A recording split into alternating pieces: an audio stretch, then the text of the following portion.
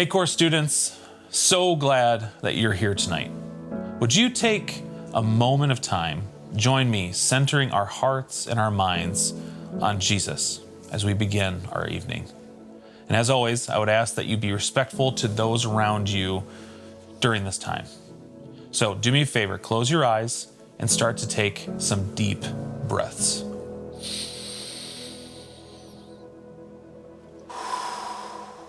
And keep doing that, in and out, deep breaths. Matthew 17:8 says, when they looked up, they saw no one but Jesus. So continue to breathe in and out. And as you breathe in, say to yourself, Jesus be the center. And as you breathe out, say, of my life. So, Jesus be the center of my life. Now continue to do that to yourself. Breathe in Jesus, breathe out distractions.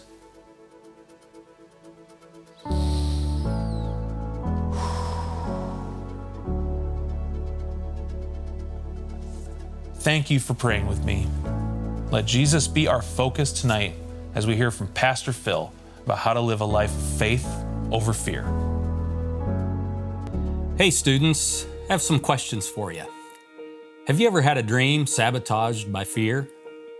A promise left on the table because you didn't have the guts or courage to claim it? A relationship turned sour because of a false rumor or bad report? And I admit I've had plenty of opportunities unexplored because I listened to the voice of fear instead of the voice of truth. By the way, you know what the most frequent command in the Bible is? It isn't thou shalt not kill, or thou shalt not steal, or thou shalt not commit adultery. It's fear not. God gives us some form of that command in the Bible 365 times. 365. He must know us pretty well. He must know that we need a daily reminder not to be afraid. Let me tell you a little story about a guy who stared fear in the face and changed aeronautic history. Long before Maverick, Iceman, Hangman, and Rooster were battling it out at supersonic speeds over the skies of Iran and Top Gun, there was a real-life gutsy old-timer that I want to tell you about. His name was Chuck Yeager, and much like Maverick, he refused to let age, young or old, keep him out of the action. At the age of 21, he became a P-51 Mustang fighter pilot on the Western Front of World War II, where he was credited with shooting down over a dozen enemy aircraft in 64 different missions, 5 of them in a single day. At age 24, he had perhaps his most notable achievement when he climbed into the cockpit of an experimental aircraft called the Bell X-1. I'll tell you more about that in a minute, but Chuck was one of a distinguished few who flew missions in 3 different wars over a span of 3 decades.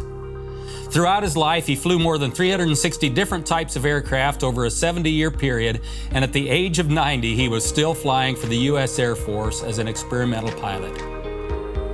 Now, about that day in 1947 that made him famous. Many pilots had died trying to break the sound barrier, to defy the demon that lurked at the speed of sound, 767 miles per hour, or Mach 1 speed. As you approached the 700-mile-an-hour mark, turbulence in front of the aircraft made it almost impossible to control. Just when he thought he couldn't control that vibrating aircraft any longer, there was a loud boom. Suddenly, the plane seemed to be effortlessly floating through the sky, totally under his control. The volume of air that had been building turbulence in front of the wings now shifted to the rear of the craft, and Chuck had unwittingly launched the U.S. Air Force into the reality of supersonic flight and eventually the frontiers of space. Chuck Yeager reminds me of a Bible character that we don't hear too much about, but he's become my favorite biblical hero. His name was Caleb, and he, like Chuck, wasn't about to let age keep him out of the action.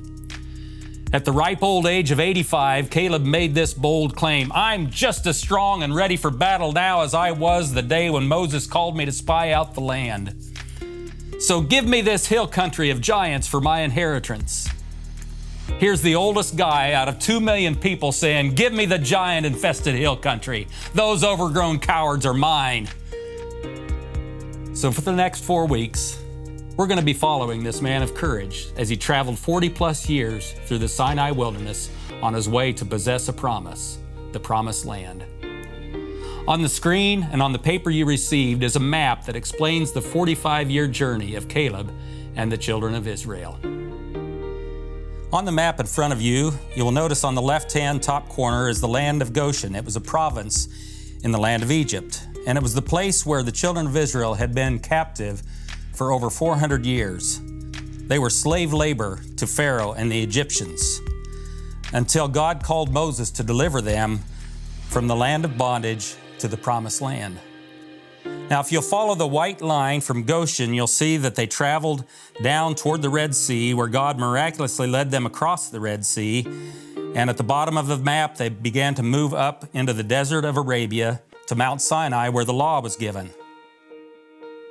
From there, they went to Kadesh Barnea, and that's where we take up our story today.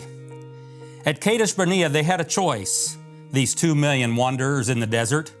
They had a choice to believe the report and the direction of God to go into the Promised Land, or to listen to the 10 naysayers who said, can never take this land, it's filled with giants. And it says that all night, those 10 negative spies turned the whole camp of Israel against Moses and against Caleb and against Joshua. And so a trip that should have taken 47 days ended up taking 45 years because of unbelief. So in light of that 47-day trip that took the children of Israel 45 years, over the next few weeks, we're going to talk about that trip from slavery to freedom.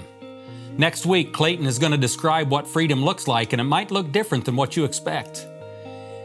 We've come to believe that freedom is doing whatever we want, whenever we want, and however we want. But Clayton is going to key us in on the fact that freedom is really being free to be who God intended us to be. Following that, in 2 weeks, Lauren is going to challenge us to step foot in the crazy flooded Jordan River to cross into the Promised Land. But for today, we have a choice. Will we continue the continuous cycle of doubt, fear, and defeat? Or will we believe the promises of God for us? Will we crack the faith barrier? Or will the turbulence ahead of us take us out of the action? We frequently come to those pivotal moments of choosing. I call them Kadesh Barnea moments. Maybe it's the beginning of a new school year. Will we choose to follow the crowd and the path of least resistance? Or will we chart a new course into the promise of God that says we can do this through God who gives us strength? Maybe that pivotal moment is the daily look into the mirror. The lies come loud. You're not good enough, not pretty enough, not strong enough, you're a loser. But the voice of truth says, you are mine and you are loved. Maybe your pivotal moment is the battle of the screen. Indulge the flesh or feed the spirit. Live for the now for instant gratification, or live for the long haul with real, healthy, godly relationships. I would like to tell you just a short story of a friend of mine who every day cracks the faith barrier. His name is Bryce. He's a guy about my age, but he's in the final stages of Parkinson's disease. I went to visit him last Friday, and I found him in his chair, the same place that he always is, bent over his knees because he can't raise his arm or his shoulder any higher than this. He'll raise his hand, and he's not able to control his saliva, so the drool is dripping down. And I came to Bryce with an armload of scriptures to talk about winning the fight, fighting the good fight of faith, about going through persecution and about suffering, or maybe even reading the 23rd Psalm to prepare him for his trip to heaven. But before I started quoting him my pastoral scriptures, I asked him, what verse would you like me to read? And Bryce looked at me and he raised his hand and said, Psalm 100. Psalm 100. Can I read it for you? Shout for joy to the Lord, all the earth. Worship the Lord with gladness.